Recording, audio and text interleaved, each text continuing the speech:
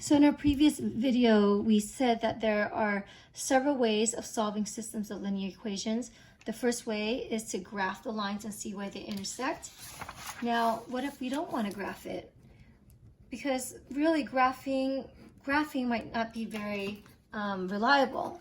So we have to have other methods of solving for systems of linear equations. Because what if the two lines, what if they intersected at a decimal point or at a fraction? It's not at a nice whole number where you could easily see it. So what happens then? Well, that's why we need an algebraic way of solving for systems of linear equations without using a graph. So the second method is called the method of substitution. So again, this is without graphing it and just using algebra to solve for the problem. So the method of substitution. One of the things I love about mathematics is that the name of methods or the names of things describes what you do. So substitution, the root word is substitute. So guess what you're going to do? You're going to substitute one thing into the other. So let's take a look at question number 2 here.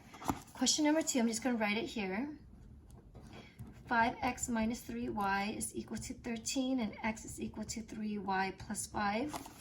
When you have a case where you have these are two equations, but where one of the equation is written in a way where x equals to something or y equals to something.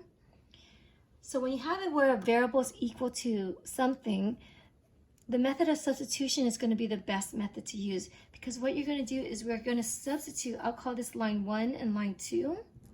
I'm going to substitute line 2 into line 1. So what do I mean by that? So here is my line 1, right?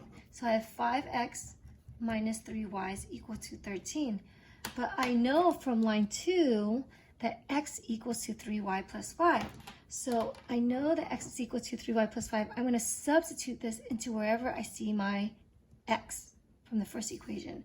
So here's my x here. So instead of putting 5x, I'm going to put 5 multiplied by 3y plus 5. And then minus 3y is equal to 13. So make sure you put in parentheses, because parentheses signifies that you're multiplying 5 times this quantity. 5 times x, 5 times 3y plus 5. So make sure you put the parentheses. And once you do that, now you're left with one equation with one variable. So can we solve for this? So now solve for y.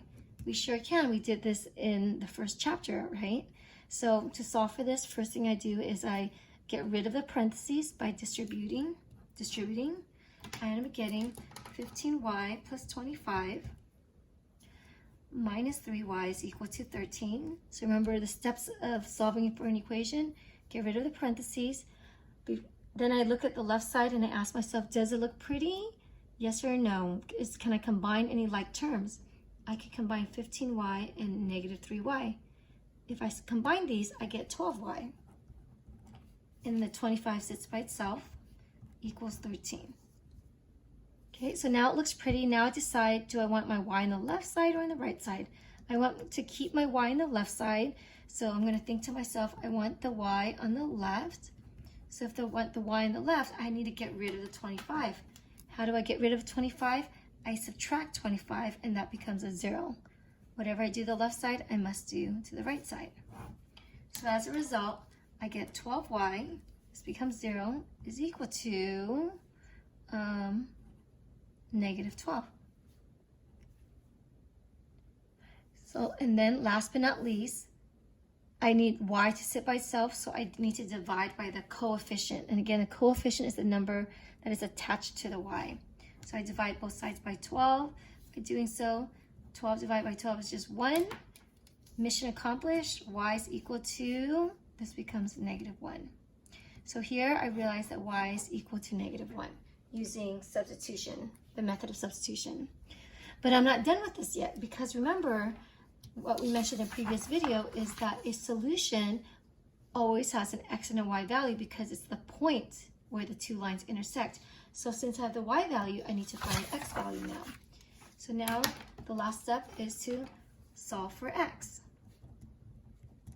So since I know y is equal to -1, I need to find out what x is.